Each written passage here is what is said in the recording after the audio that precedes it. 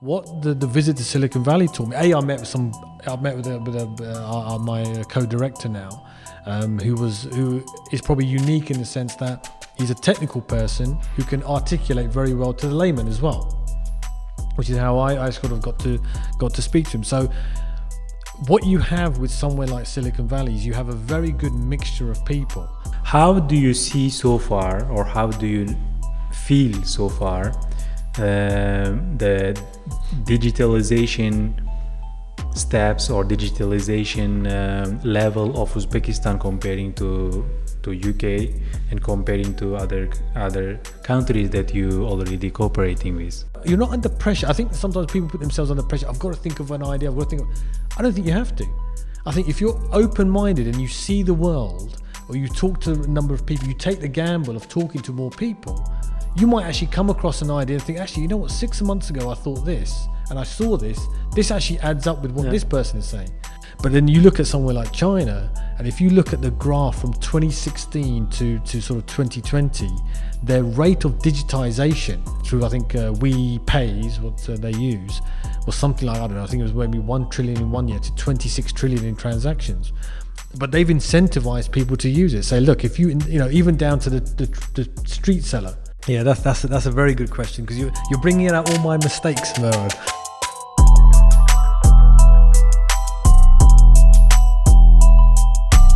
Mr. Raj, welcome to our podcast.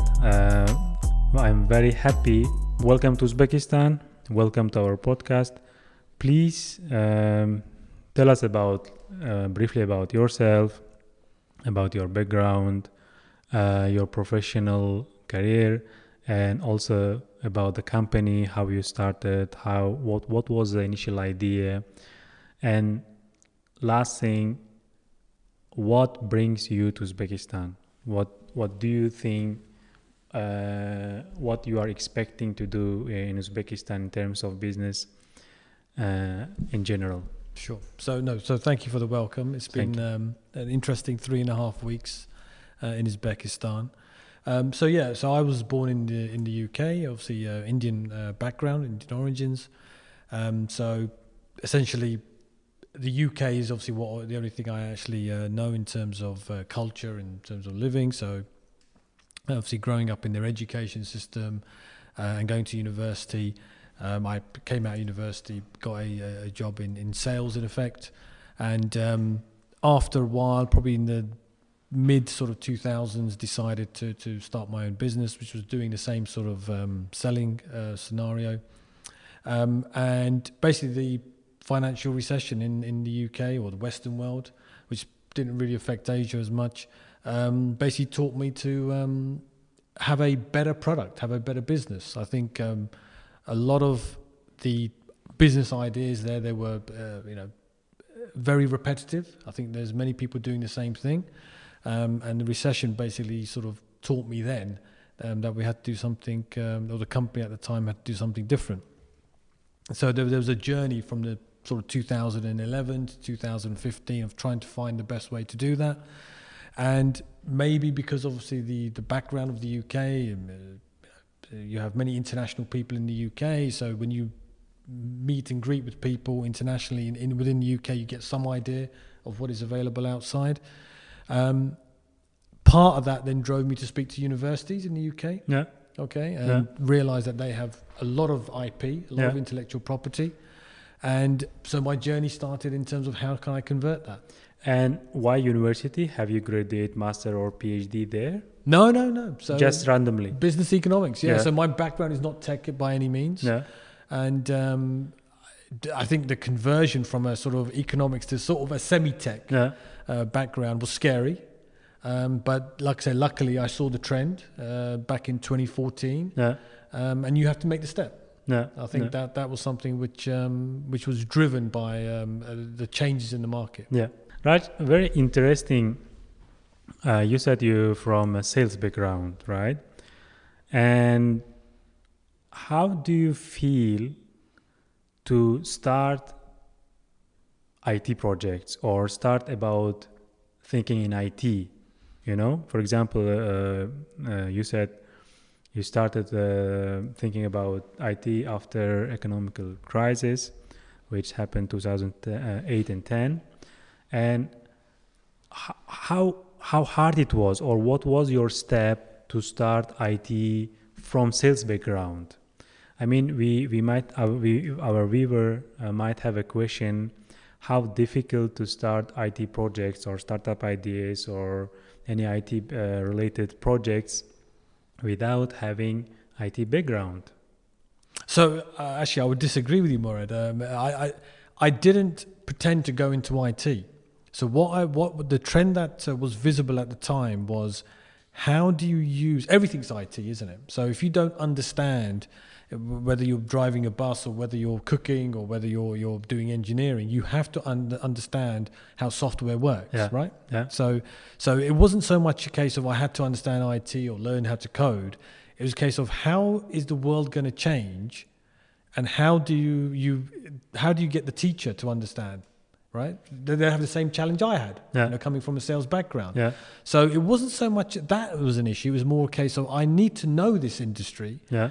And as I started looking more into it, I thought actually artificial intelligence is the new way. Yeah. Okay, that's going to be the next 3-4 years time industry. Yeah. Again, I do receive a lot of questions that to be able to start my company or to start IT projects or IT company, I need to learn coding. Right. Then I said, hey, why you should learn coding? Why you should know coding? It's different thing. If you learn coding, you will be coder. If you learn programming, you will be programmer. Right. Having a company or starting IT projects is different thing. Regarding the starting point, how at the beginning, you are with a sales background, you think artificial intelligence, big data, so on and so on are being trended, right? And how the start was, what you step in first? Yeah, that's it. I couldn't probably say there was one thing on its own. There probably were a number of things. One was the desire to have a unique product, right? I was tired of competition. What can you do that you can create? Not I wouldn't say monopoly, but you can create a niche for yourself. So the idea is important. Okay, so I think sometimes there's a lot of companies that don't think carefully about the idea of the business they're going into. Yeah. Okay, and there's a rush to be, many people want to be a boss and be a CEO and things like that. You will agree that that's not always the best thing to do. Sometimes it's good to work with somebody. Yeah, you may have a skill set, and later on something may come out. So I think that has to be part of your entrepreneurial visit, is that you don't necessarily have to be leading a company to be an entrepreneur, right? Yeah. And then, so after that, once you get the idea, I think one of the key moments was me going to Silicon Valley. I was there for a conference for a week. I got an Airbnb, and I thought, let me just see what the area is like, what's going on, speaking to taxi drivers, speaking to people at the station. I just got a feel of what they had. And it's just more of a culture there. Yeah. And I think this is always the hardest question, whether it's an entrepreneur or you speak to government or you speak to businesses, failure. How do you manage failure? Not every entrepreneur is going to succeed, right? Yeah. So how is the ecosystem going to say, well, okay, we want you to take the risk to try something. You may have this idea that is crazy, but we want you to try it. But if it fails, don't worry. There's an ecosystem where you can get another job, or you can get another temporary job or whatever. Yeah. So the idea and the failure side of it, how that is managed within an ecosystem or within a country or within a culture of business in a region, that is hard to find. That is perfect. I don't think London has it. I think Silicon Valley to some degree has it. No. But you don't see it that often. No. So you visit to Silicon Valley on purpose before starting the company, or it was random visit, then you realized that this Silicon Valley idea is relevant to your business? I mean, have you visited to think about your business or not? No, that's a good question. So when I started the business, I made the mistakes of copying what else was out there. I think I can do it better. So that was obviously a mistake. What the visit to Silicon Valley taught me, I met with my co-director now, who is probably unique in the sense that He's a technical person who can articulate very well to the layman as well, which is how I sort of got to speak to him. So what you have with somewhere like Silicon Valley is you have a very good mixture of people. And what it probably taught me, one of the biggest things it taught me was to keep on learning. I think a lot of people, again, maybe education is like education, you finish at 18 or you go to university, you finish, and they say, that's it, you got your degree. Yeah. You don't have to do anything else. Yeah. But the thing is, the world is changed now because information, the way it's dispersed and it's cheaper to get information, you must refresh your learning. All the time. All the time. And pivot, right? Don't be afraid to say, actually, I thought that 6 months ago, but I can't think that now because I got new information. There's a thing called deductive reasoning, right? Yeah. When you get a collection of facts and you have to draw a conclusion, that's quite hard to do, but your new ideas will come from that. Yeah. So there's things that you might have spent 6 months on before that thought, that you thought that was a fact, or it might have been a fact, but you might have gone a direction that way. It's no longer relevant. So on your case, on your personal opinion, it's very important. For me, it's very interesting to know. Let's say, as a business owner, you think this product or service is good to do, and you start analyzing and so on, and you start doing it. Recently, you analyze it, as you said, after 6 months, different information you got. The serious information is indicators there, right? Statistics there. And you see that service, a lot of competitors, a lot of players. So in that case, you will not jump in. How do you act? Do you stop the operation you do, or you say no? I have a dream. I stand on my feet. I know what to do, so on and so on. What type? No. That's actually a very good question. Sometimes you need somebody else to tell you. Yes. And say, that's not going to work. Yes. Right. And sometimes I think you have to be realistic yourself and say, why is this not working? So there's two things I think out there. One is, yes, you may be one of many and you didn't realize it. Okay. And second is, you may be too early. Yes. I've had that as well. Yes. Right. There's some technologies that I've seen from universities, which I was trying to sort of, get them the communication across and give the validity of the actual idea. Yeah. It was too early. Yeah. But luckily, to some degree, the business was able to function and still have the idea. And after 3 years, it's now working. We didn't luckily get VC. We didn't go and ask for money. So the business bore the cost of it, but we under no pressure. Mm-hmm. So there's two different ways. Sometimes you can be too early, or you can be too late. But someone has to tell you, look, financially, you're going to have to make a change here. Yeah. Because otherwise, if you keep driving it, and it doesn't move, then yes, that can be detrimental to your own mental well-being, let alone the business finances. Yeah.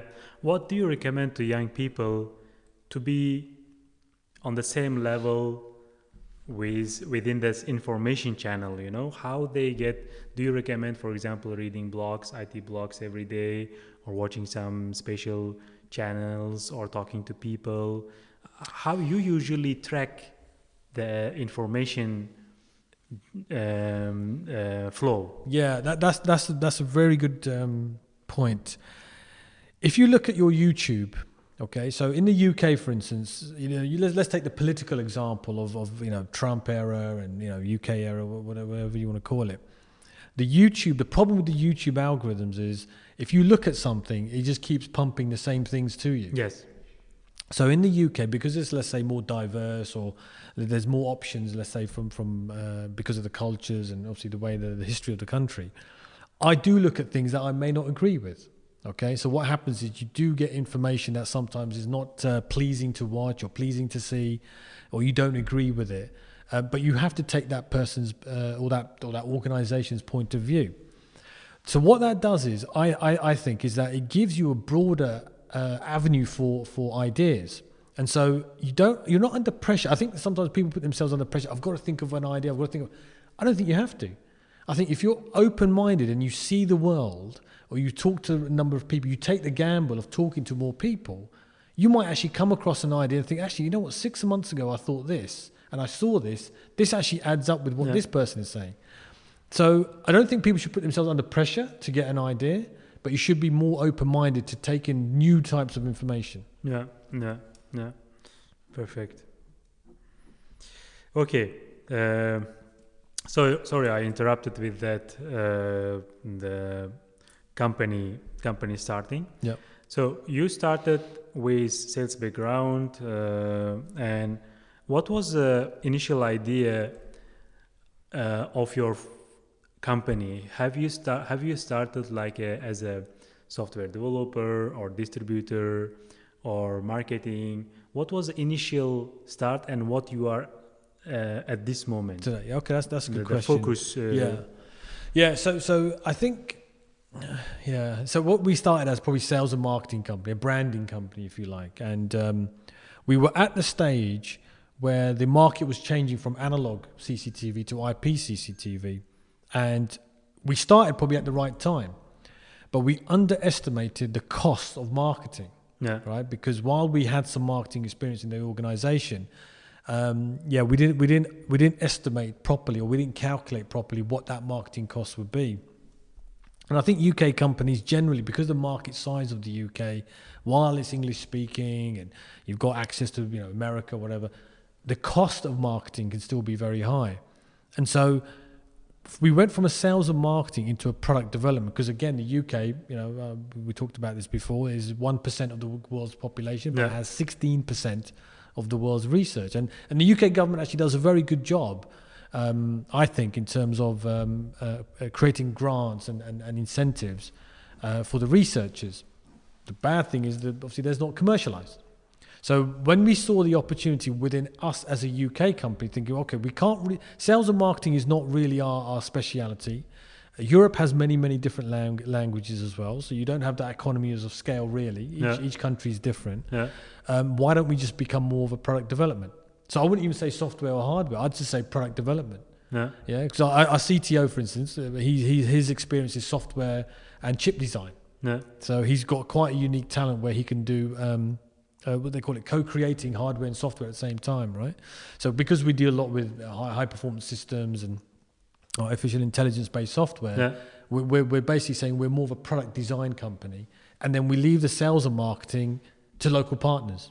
And they do the distribution. So you have to outsourcing. You outsource it, because I think a lot of, again, we spoke to a couple of companies in Uzbekistan and somewhere else. Entrepreneurs want to do end-to-end everything. You have to collaborate. And a collaboration skill on its own is not easy, but you have to give away to save your own sort of business model as well. Yeah. Perfect. How about your team? How you manage your team? Do you like to have a team and working in one place, or mostly like working with freelancers or outsourcing there and there? How your administrative structure looks like? Yeah, that's a very good question, because you're bringing out all my mistakes, Murad. So what used to happen? Yes, sort of pre financial crisis, it was an office. Everybody used to come to the office. They do the 9 to 5. We had computers for everyone. There were desktop computers, and it was just one of those sort of typical office environments. And looking back at it now, you think, actually, what? Every day was the same for everybody. We tried to make it uniform for everyone. Everybody has to do sort of, the same thing to make it uniform. Whereas obviously, COVID has taught us, I think, especially, it has accelerated how you don't need to do that. So I've been working from home probably 5-6 years anyway. We had a distribution that's 100 miles from my home. I'm based in London. Distribution is based in a place called Coventry, which is about 100 miles away. And so, micromanagement is just a waste of time. The way I see it, you just have to recruit in the right way. And it goes back to, I think, people having an entrepreneurial spirit doesn't necessarily mean you have to run a company. Having a number of people with an entrepreneurial spirit and somebody leading the company, or somebody managing all those people, if that's the term you want to use, is almost just as good. So all the people that we have at the moment, they're all got entrepreneurial spirit. They necessarily can't do all of the things that we want them to do, but some of the things they do better than me. So there's been a few instances where It's sort of, as the CEO, I've got to sort of lead it. But I've said to them, so look, I made a mistake there. Yeah. I'm not the best person to do the next one. Yeah. Why don't you do it? And they're like, oh, okay. So, I think the traditional sort of hierarchical boss sort of structure, especially when you're small, I don't think works. So it doesn't work on your case. It doesn't work and also I think it doesn't work in today's world where your device. How do you work? What is your style? Yeah, that's a good question. Very flexible. Yeah, very flexible. So, you can wake up at 4 in the morning because you have to call with China, or you can wake up at 10 in the morning. I'm telling you too much, Murad. Yeah. You can wake up 10 in the morning, and because obviously you were talking to America the night before. Yeah. Okay, so. And like I say, it's all calendar driven. My all my colleagues, if you like, they all see my calendar, right? So it's all transparent. They can book time as and when they need. Yeah. I can deny it or I can accept it. Yeah. So if you want to be an agile software company, your work process has to be as agile as well. Yeah. Perfect. Right. As far before you come to Uzbekistan, you had a market research. What we have, what we don't have, what we are capable to do, right? And you are already here. I know you have a busy schedule, meeting with a lot of organizations and companies, right? How do you see so far, or how do you feel so far, the digitalization steps or digitalization level of Uzbekistan comparing to UK? And comparing to other countries that you already cooperating with? Okay, so I mean, obviously I haven't looked at banking or anything that a citizen would use, but just looking from a visitor's perspective, yes, Uzbekistan is behind London. Obviously, maybe you could probably say 10, maybe 15 years if you had to put a number on it. In digitalization. In digitalization, I mean, I'll give you a good personal experience is going on the metro. Actually, very easy, very straightforward. But the QR code that's given to you on the metro could easily be on your phone. It could be easily done on a card or something. So you don't need to stop and queue and go through, right? Yeah. The metro itself is probably almost equivalent to the London Underground. Yeah. I wouldn't say that the standard is any less or anything, but just the ticketing part could be made a lot easier, right? Yes. But also then, if you compare it to somewhere like Dubai, obviously they've had to build a new station. They never had metro. So obviously what they've done is their metro is better than what they have in London. In India, you go to Delhi. Delhi's is better than in London because, again, these are new. So there's an opportunity to leapfrog, right, and do something completely new. Yes. In places like Uzbekistan and obviously Central Asia. So the disadvantages are there. Obviously, things haven't progressed. But the advantages are there. Actually, why copy what is in other parts of the world? Yes. When they have legacy as well, right? Yes. So, regarding this copy thing, it's very interesting because most of the developing countries, they look to the Western countries or developed countries like America, Japan, and they say, hey, okay, go there, take a look what they done, do the same, right? And sometimes it works, sometimes it doesn't. As you say, as far we are building this data infrastructure from zero, which is we don't have it yet, and we are doing it. So why do not do it in a unique way, right? How about your experience? I know based on your business visits to India, Turkey, Emirates, Oman, right? And maybe probably other countries. How do you see this tendency, the copying Western infrastructure in the countries? Yeah, so you've probably got two reasons for infrastructure. One is for business, and one is obviously for the local citizens, yes. right? So what I would say is for people to move around, you have your local roads, you have your metro system. You can make that a lot more efficient. How? By doing work from home. No. If everybody's got internet, they don't need to go to the office at the same time, right? They don't need to have an office. The traffic jam from 4 o'clock to 6 o'clock, in 100 years' time, people, when we're long gone, people will say, why were they doing that? No. Yeah, they had laptops, they had infrastructure. No. Why were they going to the office to do the same thing they can do at home, right? No. So you see those small policy things that could easily be done, or mindset or culture that you can say. And then you've got things around, I think, economic to attract other companies. So what do? They want to manufacture certain things. So, India's trying to push at the moment that Apple phones and Samsung phones can be made in India. Well, it's an imitation. Yeah. India's big enough to be able to say, actually, why don't we innovate what the next mobile phone thing will look like? So, even I think the Russian speaker market, or the Russian companies are coming out with mobile phones as well. Will we be using the mobile phone in 2-3 years' time? I don't know. Yeah, if there already is a supply somewhere, don't imitate it. Let's try and do something new. Yeah. So that they're the observations that I agree with you. Everything will work from the Western world. I think there's very few failures because they've been tried and tested. But self-driving cars are coming. Yeah. Does that mean you need traffic lights anymore? Yeah. It's we have a proverb. We sometimes say why we have to create bicycle again. But I used to live in Czech Republic more than 10 years, and Czech people usually good at engineering, and they always say they look this thing. They say, hey, why like that? Right. Yeah, maybe this side. Right. That should be a little different. And for example, Czech Republic is one of the country in Europe who gets innovation fast. Right.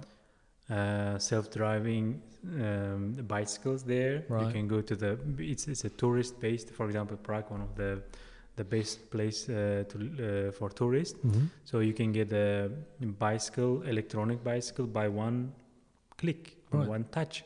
You have unlock, used in the city, come back, put anywhere you want. Right. A lot of good things, and classical bicycle not anymore in the city. Wow.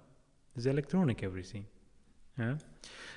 Coming to the point you mentioned about India, as far you have a Indian background, as far you know their culture and so on, and sometimes we think Uzbekistan or Central Asia might be another IT hub, like a model of India or like a model of Belarusia nowadays. How do you see the success of India in IT? Every CEO or top managers in the global market, they are Indians, right? And what points do you think that India have such success in IT market? I mean, that's always a good and a bad thing, I think, if you look at the Indian market when it comes to BPO, right? So what the BPO did was reduce a lot of costs, and call centers were shifted to India as communications became better, right? As we know. But they solved a problem for business, okay? So that was something which the businesses made good money out of. Yes.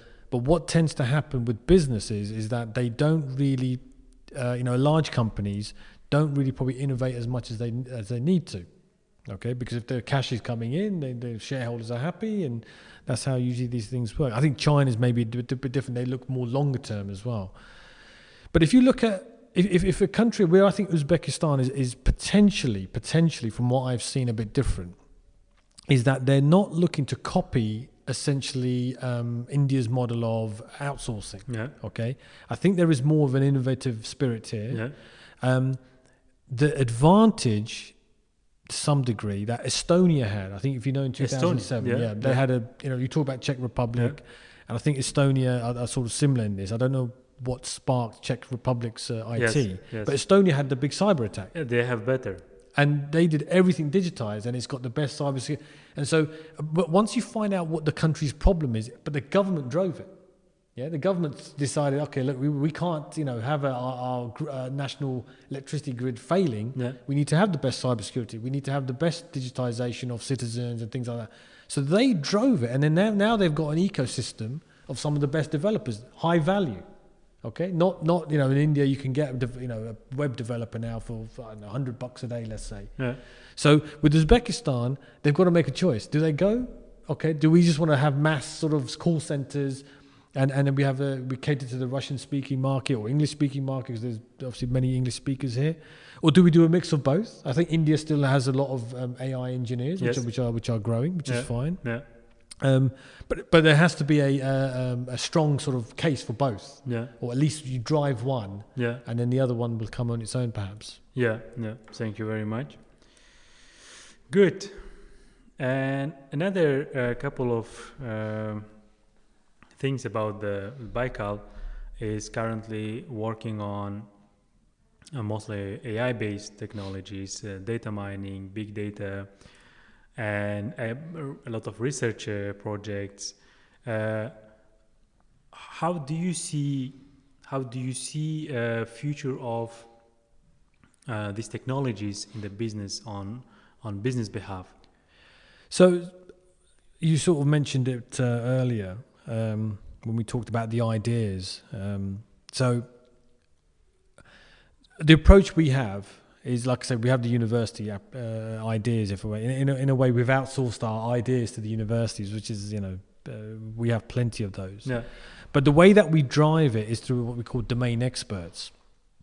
So typically, we're working with the police at the moment in the UK, and it wasn't a academic who discussed it. It wasn't an IT person who understands how the solution architecture will be.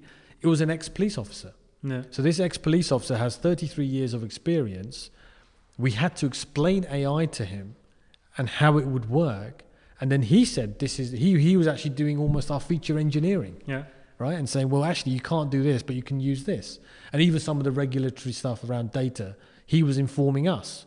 So you've got, take this into account. You've got somebody who's retired police officer, 33 years. He is the product manager for this product. Yeah. Yeah, an AI product, right? Yeah. So he's guiding the data scientists and the software developers. So the AI, I think the way it's been approached, maybe when I first looked into it 3-4 years ago, you had lots of AI as a generic term, and everyone was scrambling for AI. But I also heard when COVID happened, a lot of the large companies in the UK got rid of their AI engineers. Why?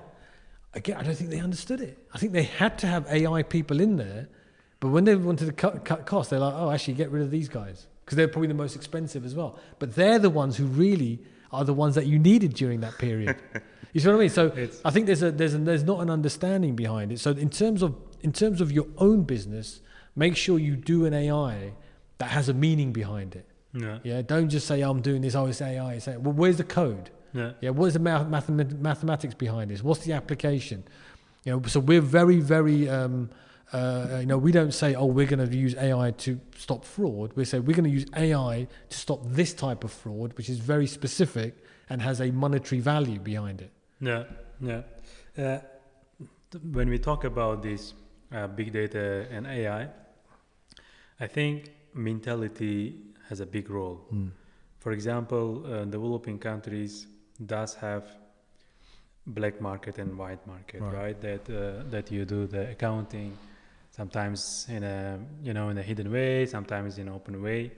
And what is happening in the developing countries that it's a transition period from classical business to the digital business.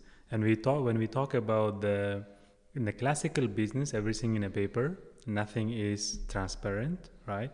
You can hide anything you want. You can play with the data you have. Basically, it's not data, but it's a bunch of papers, right? And you can report to the finance office that you have that paper, or you don't have it. Right. It's easy. But when we say we are doing e-commerce projects at this moment, and we are talking to the entrepreneurs, and we ask them, hey, why don't you digitalize it? Platform. We offer you platform already, and you can sell it, no problem.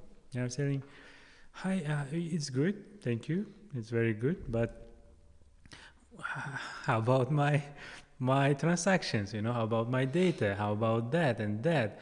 Who you give my data? We understand about privacy policies and so on, but understanding this attitude in Western countries, Raj, it's different. You hide, but not that much level as developing countries does. For example, in buying things or selling things on Amazon, you cannot hide anything. You just put there and they sell. So my question is, you have been in other Eastern countries, India, Turkey, and Azerbaijan, I think, Oman, Arabic countries, East Arabic countries as well, Middle East countries. Question is, what do you think, or how do you feel this mentality, the hiding or being hidden from the transparency? So that will come down to incentives. Okay, so what is the benefit of being transparent? What is the benefit of recording your transactions, right? And one of the main advantages is that if you're earning, I don't know, let's say $20,000 a year, and you want to buy a nice house that is $200,000, you need to go to a bank. The bank then needs to be able to verify you to give you a loan of 200,000, let's say. So unless that transparency exists, you can't do that. So I've heard obviously a lot of the Uzbek, I think 6 million people work abroad or something like that. So they work abroad for 4 or 5 years. They come back, they can buy a house very easily, right? Because the cost of the houses here. So if there's to be a change, and I think for Uzbekistan, especially Tashkent, to be a sort of almost a central global hub, Central Asia hub, it does need to change some of its regulation. So somebody might be earning 20,000 and not telling the government, but they could earn 40,000, pay $5,000-$10,000 in tax, so they have 30,000. It's that will change. That will start to change, especially if you're exporting. So you mean this mentality, this culture will change by time? I think it would change by the opportunity as the opportunities start open. So for instance, I'll give you a good example. If we do something with a startup here, so we have IP, okay? We have so much IP, we can't develop it in the UK. So we're looking for partners in this country who can develop it for us. We've seen some great talent here. Now, if the engineer or the product manager says, actually, pay me in cash or this, that, we can't. Simply because the UK, we're governed by UK laws. We have to be very transparent. We have VCs that we're working with and investors. We have to be very transparent. So no, we have to transfer it to your account. But they will get a good money from that. They will get a good wage from that, and their credibility will grow. How do you? I mean, you born in UK, right? How do you feel? Exact this mentality, working on black and working on white. I mean, these accounting things. This when digitalization started in UK, for example, right? That slowly the marketplaces, internet marketing, e-commerce. Have you seen such challenges in the community, or is it because of the Western culture or UK culture? It is different. I mean, do you feel that steps that they, for example, now might be different level of hiding, right? And 10 years ago, 15 years ago, do you feel any such differences? Well, no. So the government has done a lot in the UK in terms of digitizing, right? So, I mean, I'll give you an example. You will do, most people do a self-assessment in the UK to the tax authorities, right? So I think the burden of proof is on the tax authority to say that you've done something wrong. So when I fill in my form each year, if it's incorrect, they have to say, look, this is why we think it's incorrect. Whereas if in the US, the tax authority will say to the person, you're wrong, you owe us this money, and then you have to prove as an individual that why everything you put in the form is correct. So it depends on the policy of the country, right? So I think it goes back to, I mean, if you look at somewhere like India, they've gone through some economic things, they had demonetization and obviously a load of other political things, which I don't quite understand. But then you look at somewhere like China, and if you look at the graph from 2016 to sort of 2020, their rate of digitization through, I think, WePay is what they use, was something like, I don't know, I think it was maybe 1 trillion in 1 year to 26 trillion in transactions. But they've incentivized people to use it. Say, look, if you even down to the street seller, if you record your transactions, people just tap and you get paid more. If you say to someone in China, bring cash, they're like, well, they hardly carry cash. Yeah. So the incentives are there, I think, down to the village level.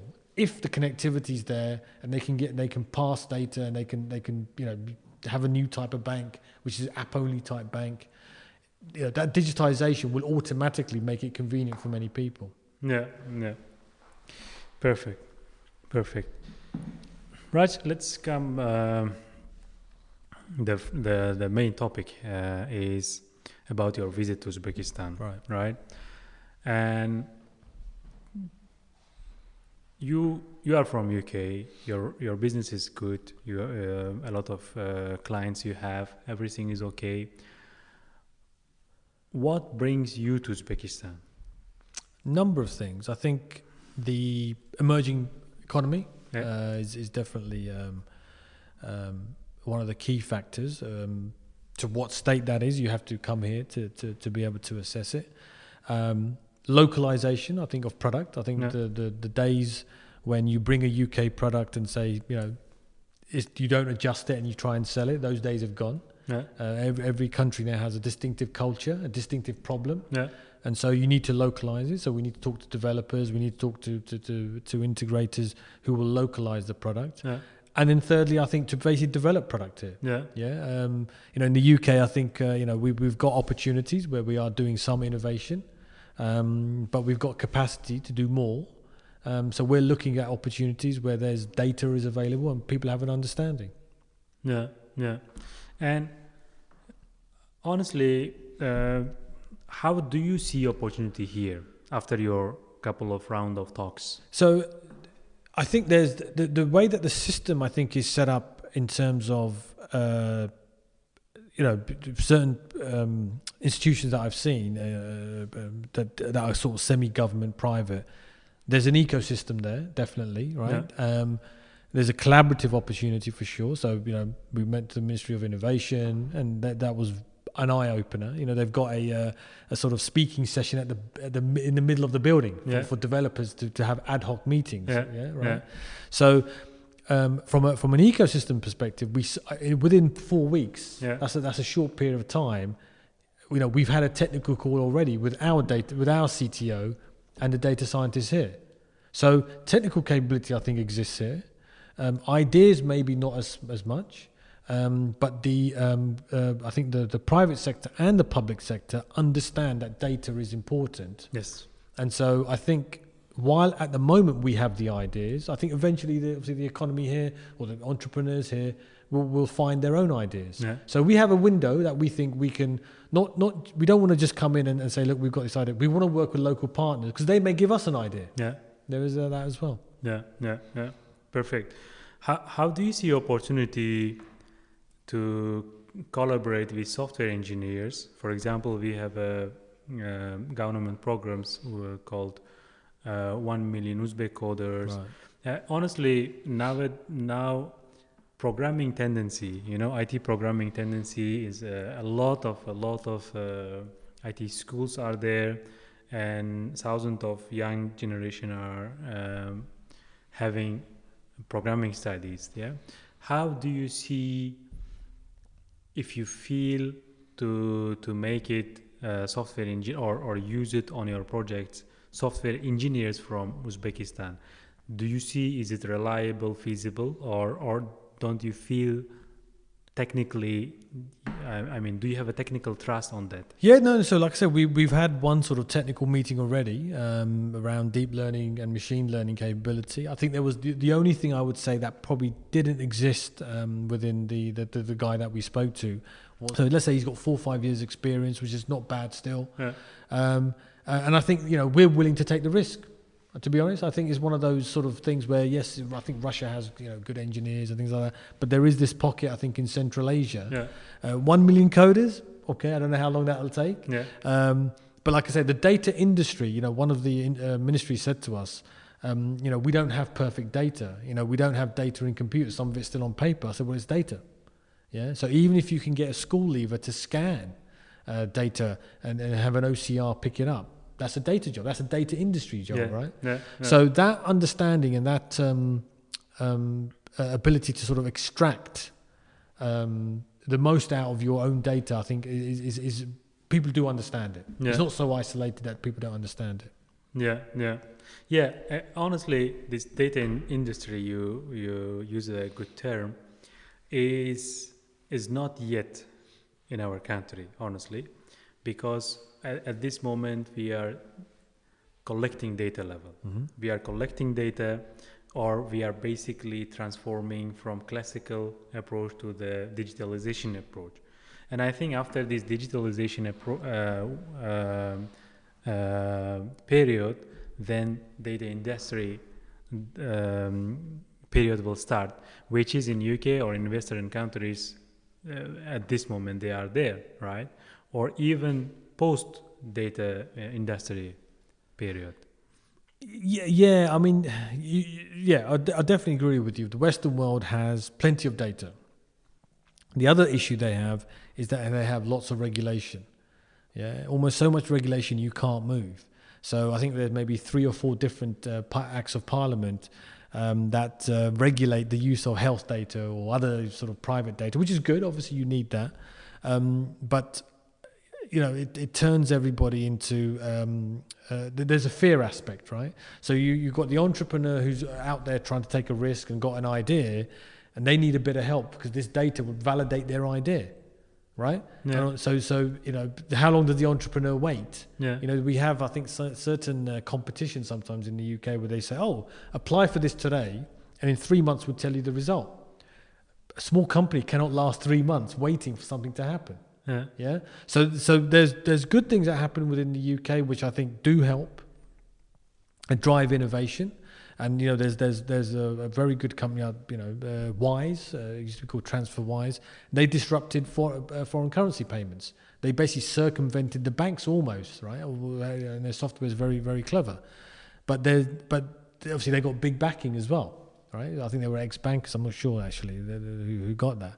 So what we sometimes have to do as small companies, you have to rely on the public sector to say, look, we've got this idea. Can you help us validate it? And like I say, there's legacy systems. Yeah. Insurance industry in the UK, there's one of the AI guys once said they've got a 50-year-old computer system. It still runs tape. So there's problems in the UK as well. So don't think it's just it's ideal. Uzbekistan, yeah. Raj, let's talk about this. While you are in Uzbekistan, you have visited to our IT hub, Technopark, or we call it IT Park. What do you think in UK, or have you seen in other countries the similar model of this IT park? Yeah, so the IT park here is actually quite impressive. I think it's not only just from the physical structures. What do they have underneath, right? That's important. They have a good residency program. They connect public sector and private sector to the entrepreneurs.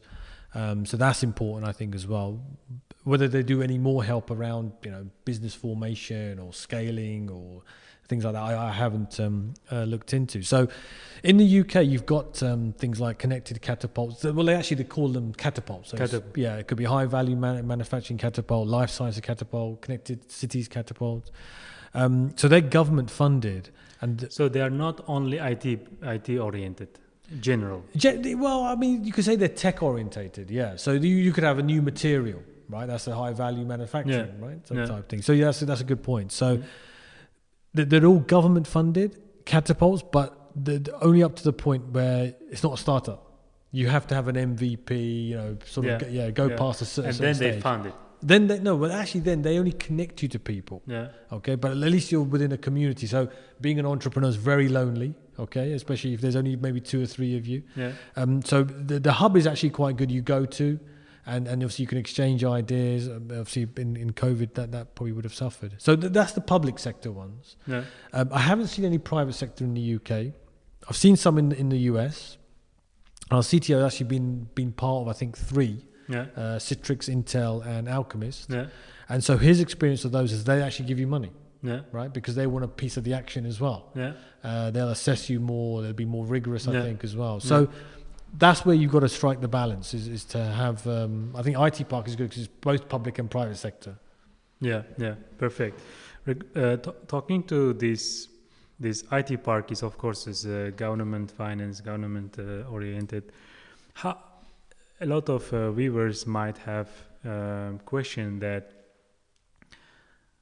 as you start your startup, as you have a small team, like you have idea, you are starting develop your MVP, and how do you think to be able to grow faster, this mentorship, why it's important? If is it important or not? Yeah, I think it is.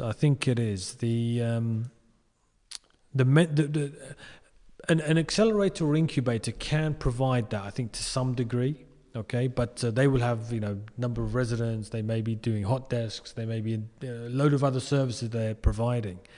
With each company, I think if there's, maybe when you start the idea, it's going to be harder to get a mentor because you're just starting. But if, let's say, you survive a year, I would say it's worth trying to get either somebody who could potentially be a board member later on, somebody who's had experience, not necessarily IT. I think that's one of the things that maybe, obviously in Uzbekistan, you don't maybe have historical IT entrepreneurs. There's a few, obviously, we know, but you're not going to have that as in same quantity in the US or same quantity as in the UK.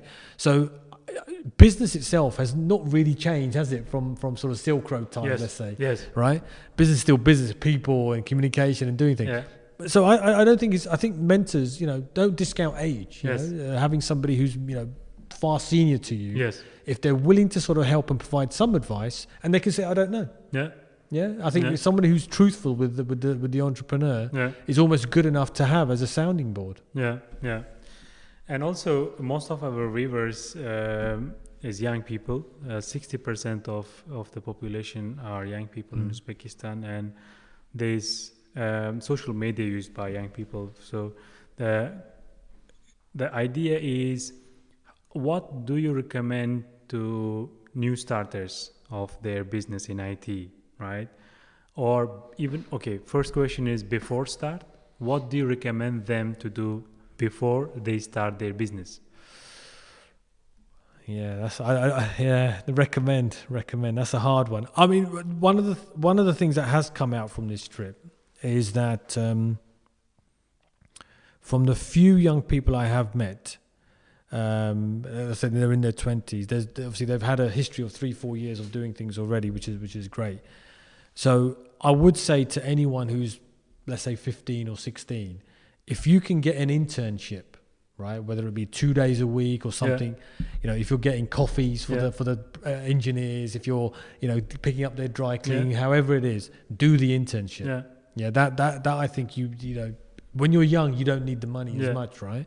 So I think that's important to try and do, and that will give you the exposure. My guess is a lot of companies in Uzbekistan, the established ones, won't have internship programs. They do have. Oh, they do? Okay, right. So that's good then. So yeah, that's something I think when you're young you should try and do.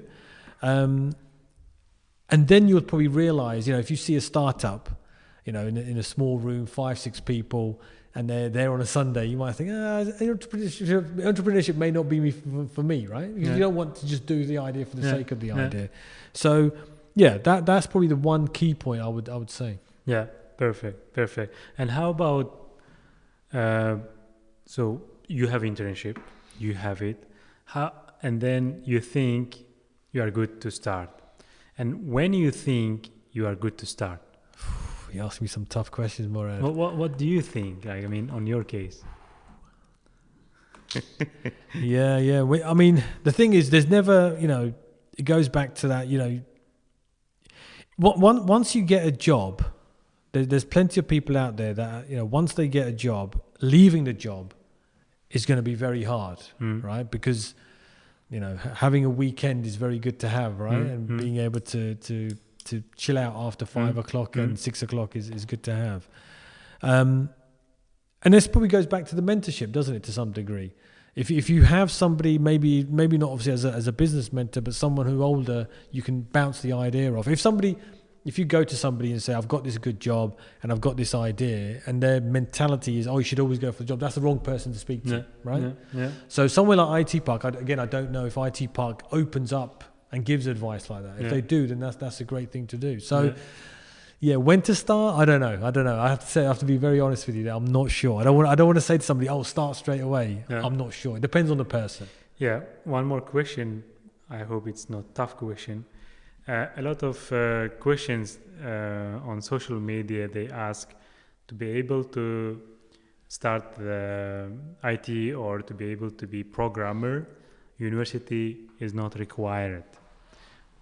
Because tough billionaires like Mark Zuckerberg, Bill Gates, they sometimes speak that university is not necessary. How do you think about that? Yeah, you ask me tough questions. I might make a lot of parents angry at the moment, but I agree with that. I don't think the university degree as it used to be, especially in the UK, I can tell you now, it's very expensive, but the way that the university degree teaches people is very good. I think the exposure to life and everything else that goes around it is very good. If I had my time again, I probably would have done the first year and left. Okay, at least to see. Exactly. Yeah. Just, you move out of home, you get an exposure. You see the feeling. Yeah, exactly. Right. So I probably would have been, in this day and age, if you do it, then look for the idea. On the social media front in general. And you see this happen, I think, in the entertainment business and in other things. If the young kids are on that, they should talk to each other about ideas. They should talk to each other about collaborations. When you're young, the more crazier the idea is, the better it is. So, do they teach that in university? No. Right? So I think, social media shouldn't just be, you share a picture of a cat or whatever. Try and talk, and talk about ideas, and then you might form groups with people that you've never met before. Let's say you have a son, 17, 18 years old, and he wants to be IT entrepreneur or programmer or AI specialist and so on and so on. And he has a two-way. Go to the university or go to the private education center or having online study from home and so on and so on. If he asks you as a father, what do you recommend him to do? Yeah, that is a very tough questions. So I think is it Michael Schrager's quote from MIT, one of the I think he said this maybe 10, 15 years ago. Our CTO uses it a lot.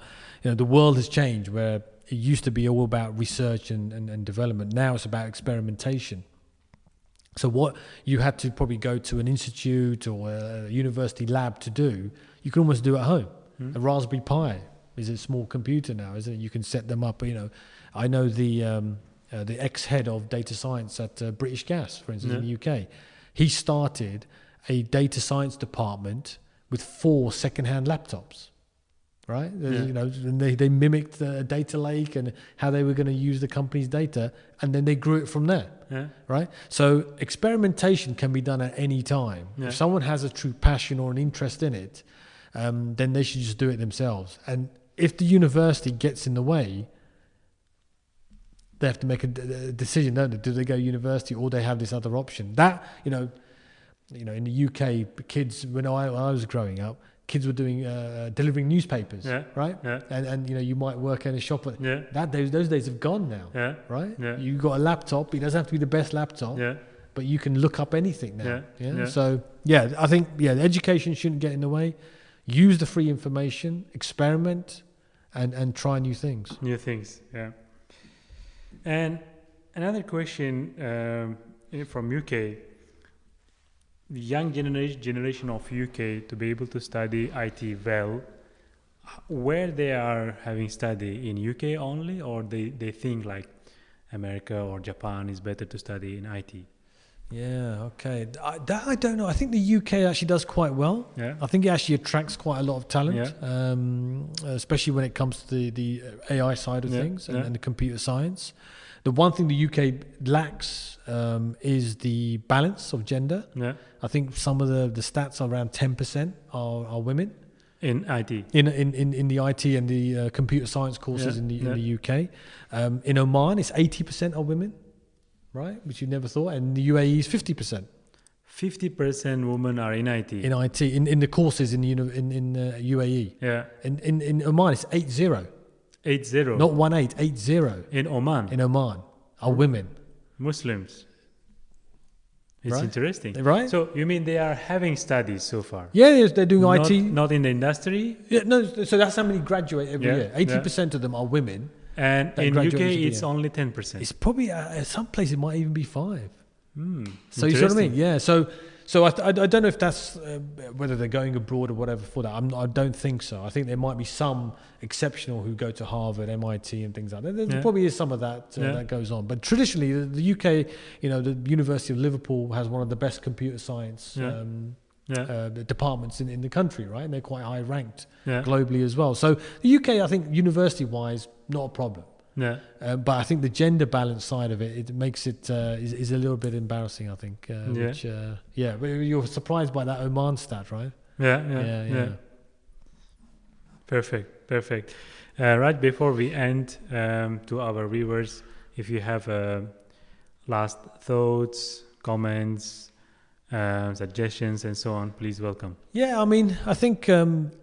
Tashkent has been a big surprise in terms of the ability to understand data science. We didn't try to say, we're coming with a soft product, we're coming with something that's 5 years ago in the UK. We've come with something to say, actually, you know what, in the UK we're not doing this, but we want to do it here. If you like it, great. If you don't, we're not going to change how we're going to do things. So that acceptance has been really good. I'm very surprised by that. Our next phase will be actually implementing, which I'm not actually that worried about. So for I think the generation coming through now in business and the way the economy is, nobody should really here be that scared of, I'm not going to get into accountancy, I'm not going to get into the government, whatever. The opportunities do exist here. It's just, I think, rather than get involved in spend the extra time. I think that's the key, isn't it? If you're going to be on social media, try and talk to an engineer. If you're not an engineer, talk to an engineer. If you're not into business, you're an engineer, talk to the guy who's in business. What's the worst thing that happens? They may not respond. But I think those ability to connect now is so open.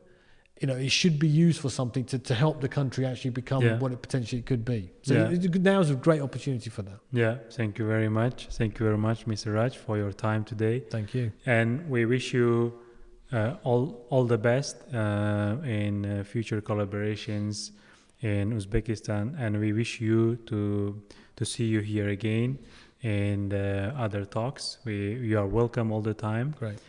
And that's it. And I have one more question about cloud. Right. We will add later there. This ending we did that they cut it later on. Raj, I have one more question regarding these cloud technologies.